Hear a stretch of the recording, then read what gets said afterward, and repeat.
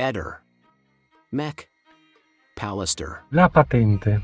Sul mio possesso della patente siano state fatte anche alcune considerazioni, sono montati dei dubbi e tutto quel che ne consegue.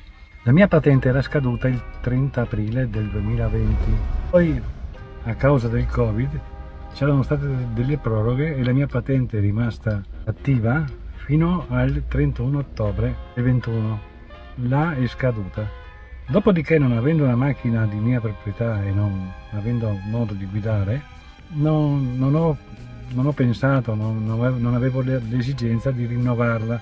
Ma a un certo punto più di qualcuno mi avvertiva che se non rinnovavo la patente dopo un certo breve periodo veniva sospesa e dovevo rifare l'esame, e così nel maggio, non vorrei sbagliare, ma nel maggio del 23 l'ho rinnovata. Poi da allora giro sempre con un'automobile in prestito. A causa della pandemia di Covid-19 sono state concesse delle proroghe per le patenti scadute. In Italia, le patenti scadute tra il 31 gennaio 2020 e il 31 maggio 2020 sono state prorogate fino al 31 dicembre 2020. Inoltre, le patenti scadute tra il 1 giugno 2020 e il 31 agosto 2020 sono state prorogate fino al 31 marzo 2021. Cambiando discorso, oggi ho incontrato, per un caso che seguo, una persona laureata in ingegneria chimica industriale. Alla fine le ho chiesto della 8-idrossichinolina e lei, essendo donna, mi ha detto che quelle tracce possono essere lasciate anche usando alcune creme depilatorie. Questo confermerebbe il decesso in zona 14 dicembre. Oggi 9 dicembre sono qui, sono Ilaria, con Liliana ci siamo conosciute più o meno dall'inizio degli anni '80. Io sono andata a lavorare in regione nel gennaio 1984 e lei già ci lavorava da circa 6 mesi. Abbiamo sempre avuto un buon rapporto come colleghe. Verso gli anni 90, abbiamo anche cominciato a frequentarci al di fuori dell'ambiente lavorativo. Siamo state più volte in vacanza assieme. Quando Liliana ha conosciuto il marito, ero presente anch'io. Sebastiano era ancora sposato, ma Liliana aveva comunque mantenuto con lui una relazione. Liliana, pur nella confidenza che avevamo, non mi ha mai raccontato nulla di particolare del proprio rapporto con Sebastiano. Del suo modo di assecondarlo sempre, l'ho saputo dai media, ma lei non me lo ha mai detto. So che spesso andavano in giro soprattutto nei weekend. L'ultima volta che ho visto Liliana è stato per 2 volte ravvicinate nel giugno e luglio dello scorso anno e lei mi sembrava normale come sempre. Poi l'ho sentita telefonicamente verso il settembre successivo ed abbiamo chiacchierato del più e del meno senza che mi raccontasse nulla di particolare che potrei ricondurre a qualche problema che avesse. Ricordo che nel primo periodo in cui Liliana aveva iniziato a vivere con Sebastiano a Roiano, la vedevo triste, ma questa tristezza, credo, sia stata riconducibile ai problemi economici che avevano in quel periodo. Poi Sebastiano aveva iniziato a fare l'arrotino e le cose si erano sistemate ed avevano iniziato ad avere più disponibilità economica. Lei era una donna senz'altro riservata, una buona amica per la quale l'amicizia era sacra, il suo stato d'animo era migliore negli ultimi anni. Del rapporto vero e proprio tra lei e il marito non mi ha mai detto nulla di particolare. Ricordo però che nei primi anni 90, a causa di alcuni debiti che aveva Sebastiano dovuti al fatto che aveva perso il lavoro di fotografo, Liliana mi aveva chiesto in prestito 1 milione di lire che io le avevo dato e che poi lei mi ha restituito piano piano. Io non ho mai visto Liliana e Sebastiano discutere animatamente. Lei mi ha raccontato solo quello che ci si poteva raccontare quando eravamo ragazze. So che aveva avuto una storia con Sterpin Claudio che aveva conosciuto nei primi anni '80. Esattamente negli anni 1984-1985. Non saprei dire quanto sia durato il loro rapporto, ma una volta conosciuto Sebastiano, Non si sono frequentati più, almeno che io sappia. Non sapevo che, ultimamente, Liliana e Sterpin avessero riallacciato il loro rapporto. Liliana non me lo aveva detto. Sterpin forse l'ho visto una volta, sempre negli anni '80, ma non mi era mai stato presentato. Credo che l'abbia conosciuto nell'ambito della corsa che Liliana praticava come sport. Non ho mai visto Sterpin passare sul nostro posto di lavoro. Che io sappia, Liliana non è mai rimasta incinta. E non è mai mancata per un lungo periodo dal lavoro causa malattia. Non ho mai fatto caso se portasse la fede. Braccialetti sono sicura d'averglieli visti portare, ma anelli non ho mai fatto caso. Aveva diversi orologi, ne aveva uno d'oro molto bello ma lo alternava anche con orologi di plastica, non ricordo però nessun orologio rosa. Ricordo benissimo che usasse la borsa dell'Alviero Martini che portava preferibilmente d'estate ed era un acquisto recente. Ricordo anche una borsa colorata di cui non ricordo la marca. Solitamente portava borse colorate, non ricordo di averla vista con borse di colore scuro. Liliana non mi ha mai parlato di qualche luogo in sua disponibilità, diverso dalla propria abitazione e non credo che ne avesse. Mi sembra di non averla mai vista con una bottiglietta d'acqua in borsetta. Non mi risulta che frequentasse qualche studio di estetista o che si fosse sottoposta a depilazione definitiva in qualche parte del corpo. Credo fosse una donna fai da te nel senso che provvedeva lei stessa a queste cose. Non ho mai notato che tipo di chiavi portasse con sé Liliana, quante fossero su che portachiavi fossero appese. Né mi ha mai parlato di una sua frequentazione dell'ex OPP a Trieste per passeggiare. Ho la sensazione che Liliana fosse fedele al proprio matrimonio. Lei mi parlava prevalentemente di come passavano i weekend, i posti dove andavano, i progetti per le vacanze, comunque robe di questo genere. Mi raccontava poi che faceva la casalinga, nel senso che si occupava di mantenere in ordine la casa, fare la spesa e cose di questo genere che ogni donna svolge, nulla di particolare. Riguardo ai cellulari, io l'ho vista sempre con 2 cellulari. Ho il numero di Sebastiano, me lo ha dato lui il giorno del funerale di Liliana. Il giorno della scomparsa di Liliana del 14 dicembre, credo fossero state le ore 18, ho ricevuto una telefonata da Sebastiano attraverso il cellulare di Liliana. Nell'occasione Sebastiano mi ha detto che Liliana era scomparsa, chiedendomi se l'avessi vista e che mi aveva chiamato sapendo che io e Liliana ci vedevamo ogni tanto. Io gli avevo risposto che era da parecchio tempo che non ci vedevamo.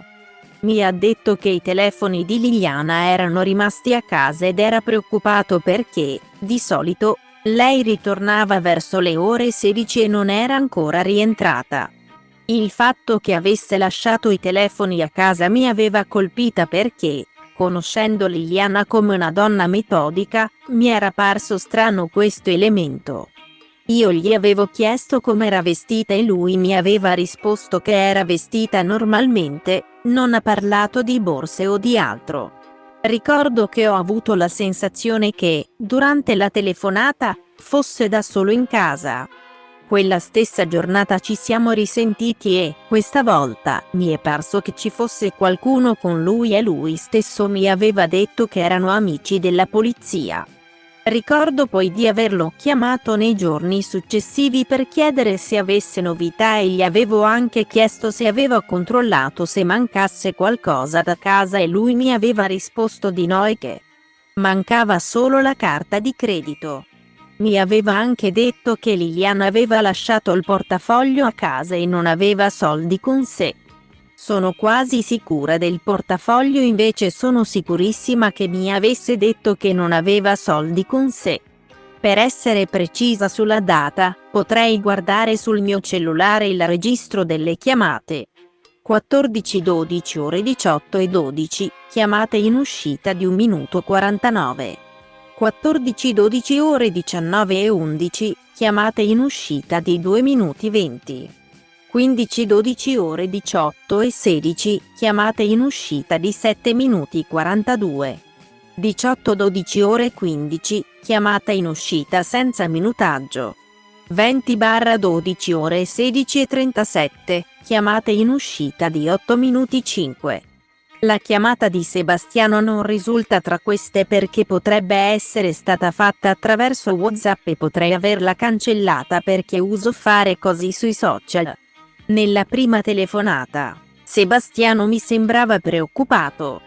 La chiamata in cui Sebastiano mi ha riferito di non trovare la carta di credito e che Liliana era uscita senza soldi e che il portafoglio era a casa, credo sia stato il giorno 14 o il giorno 15.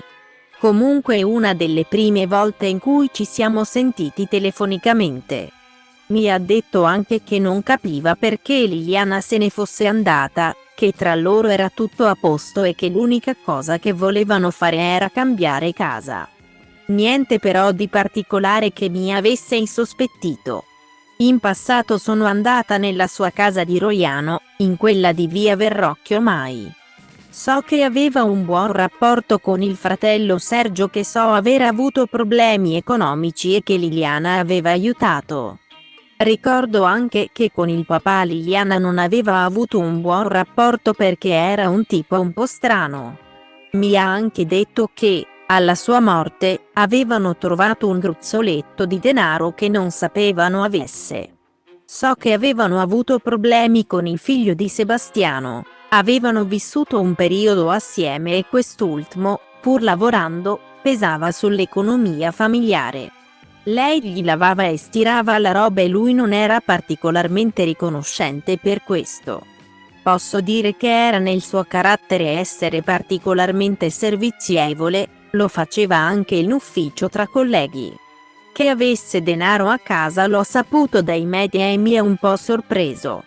Sapevo che Sebastiano avesse un'attività lavorativa in nero di Arrotino fin da quando abitavano ancora a Roiano. Anche a me arrotava i coltelli ed, a volte, me li ha regalati alcuni attraverso Liliana. Non so quanto guadagnasse per tale attività ma, non ne ho idea, però so che facevano una vita agiata. Di Sebastiano non ho mai saputo nulla di particolare, però parlando con altre colleghe, ho saputo che era un po' infedele e gli piaceva andare a caccia di donne. In particolar modo in Costa dei Barbari. Pier Giorgio, il figlio di Sebastiano, l'ho visto qualche volta. Ricordo il particolare che, nel giorno del matrimonio di Sebastiano e Liliana, si era presentato con la moglie vestito in bermuda e magliette e ciò mi aveva colpito molto. Liliana non mi ha mai confidato che dava dei soldi a Pier Giorgio, Covalero l'ho solo sentito nominare da Liliana perché me ne aveva accennato nei suoi discorsi, definendolo un suo amico. Liliana non mi ha detto niente di particolare di lui. So che era amica di una coppia di amici che abita in via Udine e di una coppia di amici di Sebastiano che vivono in Austria. Oggi 8 febbraio 2022 sono qui con voi, io sono Roberto, fin da quando ero bambino conosco Claudio Sterpin. Ho da sempre frequentato il mondo dell'atletica, in particolare delle corse, ed ero iscritto e frequentavo la società Marathon di cui lui era presidente. Vista la figura di Sterpin, lui era diventato quasi un mio secondo papà. La ex sede della società di via Pondares 10 è di mia proprietà. Tempo addietro, era la sede della società ed eravamo in affitto. Successivamente i proprietari dell'immobile, il cui ingresso è fronte strada accanto alla sede della CGIL ed è una sorta di negozio con bagno ed un soppalco di bassa altezza, avevano deciso di venderlo. Per non perderne la priorità, avevo deciso di acquistarlo. Poi l'evolversi della struttura societaria ha portato il Marathon a fondersi con altre realtà sportive, diventando Trieste Atletica con la sede in via Pitacco. Pertanto, la sede di via Pondares non aveva più senso di esistere. Attorno al 2019, ma non ricordo il periodo preciso, la ex sede è stata data in affitto alla Onlus oltre quella sedia e, tale locazione, è durata fino a gennaio 2021. Le chiavi di questo locale le hanno più persone, tra le quali anche Sterpin Claudio. Di Resinovic Liliana ho saputo solo dopo i fatti che le sono accaduti. Non l'avevo mai vista prima né sapevo che esistesse questa donna. Sterpin, qualche tempo fa che colloco più o meno ad un anno or sono. Mi aveva confidato di avere una frequentazione con una donna che l'aiutava in casa e con la quale si trovava e passava un po' di tempo insieme, senza specificarmi che si trattasse di Liliana. Non li ho mai visti assieme. Come ho detto poc'anzi, Sterpin aveva le chiavi. Qualche tempo fa che colloco più o meno ad un anno or sono, mi aveva chiesto se, siccome si frequentava con una donna sposata, avrebbe potuto andare nella ex sede per restare lontano da occhi indiscreti, senza mai indicarmi chi fosse questa donna. Io avevo acconsentito. Comunque la sede era senza riscaldamento e senza corrente allacciata. Credo che Sterpin, al massimo, ci sia andato 3 o 4 volte. Che a questa donna avesse dato una copia delle chiavi l'ho saputo dopo. Sterpin mi ha avvisato di questo dopo i fatti successi alla Resinovic, prima non mi aveva mai detto nulla di questo. Almeno che mi ricordi. Per la sede ci vogliono 2 chiavi, una per il relè esterno ed una per la porta d'ingresso. Dopo la scomparsa lui mi ha raccontato che aveva avuto una storia con lei, che avevano deciso di andare a stare insieme. Che l'aveva conosciuta tanti anni prima perdendola poi di vista e che l'aveva rivista circa un anno fa iniziando questa relazione. Conoscendolo come un romanticone, credo, però, che si sia costruito con un po' di fantasia questa storia. Riguardo la scomparsa mi ha detto che aveva appuntamento con lei ma che non si era presentata e lui si era preoccupato andando a cercarla. Dopo il ritrovamento, Claudio mi ha detto che era convinto che Liliana poteva essere là. Gli ho chiesto come mai avesse avuto quella convinzione e lui mi ha risposto che aveva fatto mente locale e che aveva pensato a questo senza dirmi altro. Ma non mi ha detto di averla cercata in quel posto o in altri posti. Io non sapevo dove abitava Liliana. Non so se Sterpin avesse altri posti a sua disposizione ma vi ripeto io non ho mai conosciuto Liliana. Ehi, non dimenticare di iscriverti a questo canale.